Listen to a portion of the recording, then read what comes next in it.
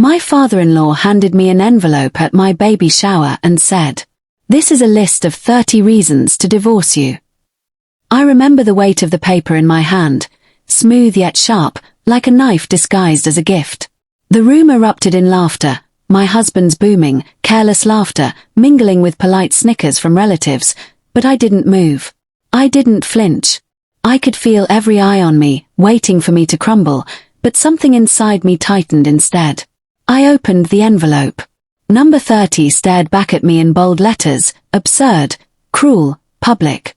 His face, the man I had trusted, drained of color in slow motion, like the world had paused to witness his shame.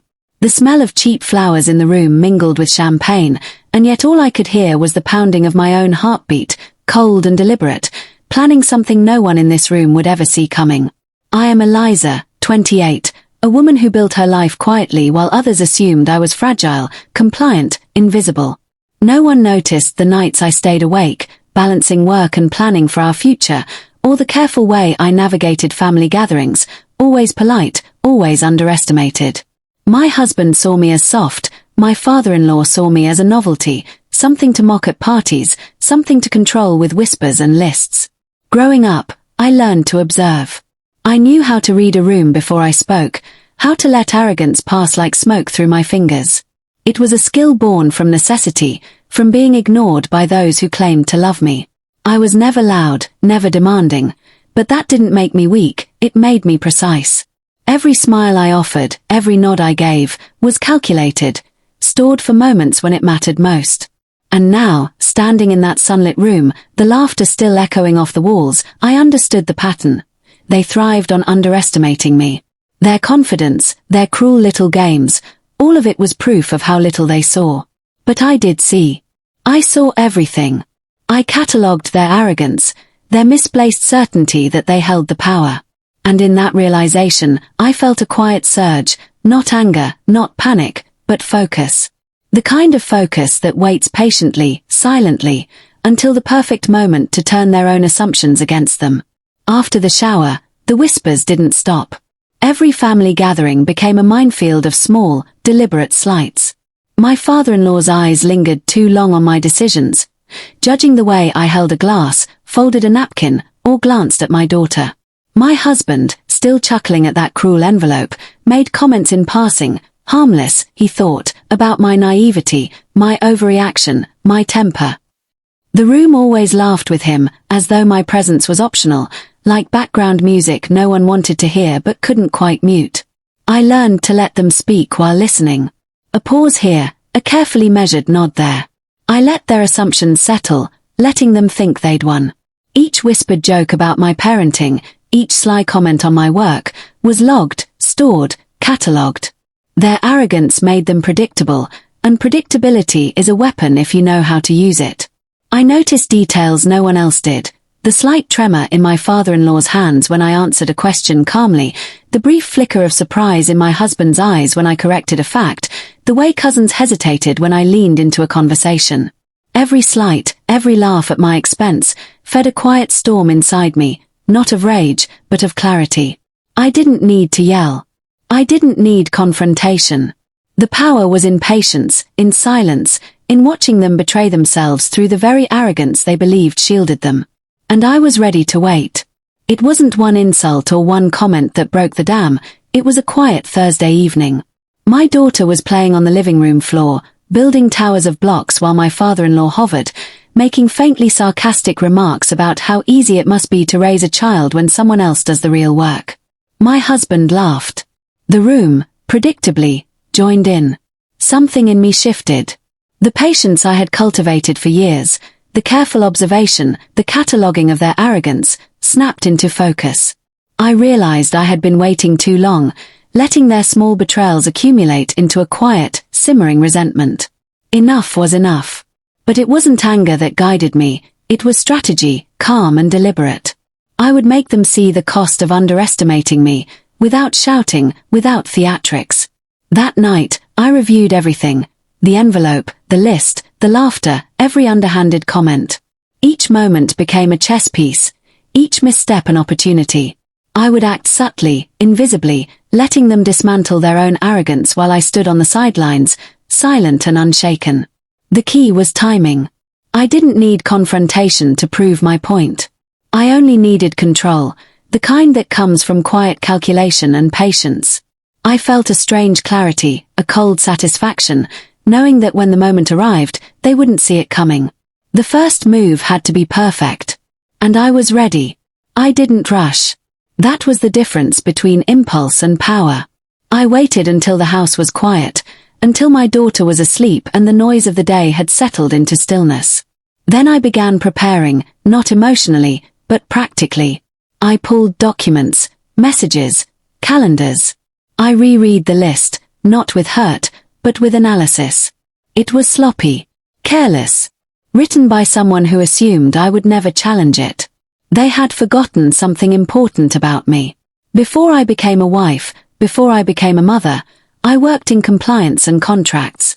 My job had always been to read between lines, to notice what people overlooked, to understand how words could protect or destroy the person who wrote them. I knew how records worked. I knew how patterns were proven. And most of all, I knew how silence could be louder than accusations. I began documenting everything. Dates, comments, witnesses, financial decisions made without my consent, messages sent late at night and deleted too quickly. I didn't confront anyone. I smiled. I attended dinners. I thanked my father-in-law for his concern. That false sense of security made them careless. Within weeks, I had leverage, not scandal, not revenge fueled by rage, but something far more dangerous, clarity backed by evidence. I didn't need to threaten. I didn't need to warn. I was building a quiet exit and a quiet reckoning, one that would leave no room for laughter when it finally arrived. The moment arrived without ceremony. No raised voices. No dramatic confrontation. Just a family gathering meant to celebrate a promotion my father-in-law had been boasting about for weeks. The same people who laughed at the baby shower filled the room again, glasses raised, confident and careless. I waited until everyone was seated. Then I asked a simple question. Soft, almost polite. I mentioned the list. Not the cruelty of it, just its existence. Faces shifted. Forks paused mid-air. I slid copies of a few documents across the table, nothing inflammatory, just enough to connect dots they didn't realize I'd been drawing for months. Employment clauses. Messages. A timeline that spoke for itself. I didn't accuse. I explained. Calmly. Factually. The way I always had at work. My husband tried to laugh it off, but the sound died quickly. My father-in-law's confidence faltered, his smile stiffening as he realized the room had changed sides, not because I demanded it, but because the truth had quietly taken its seat at the table. No one yelled. No one defended him.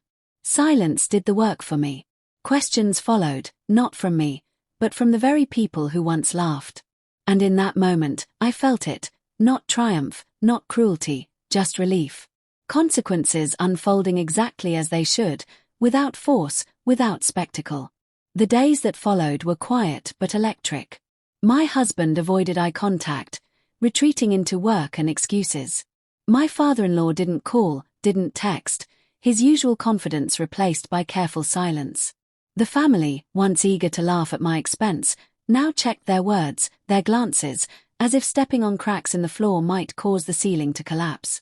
I noticed it in small ways.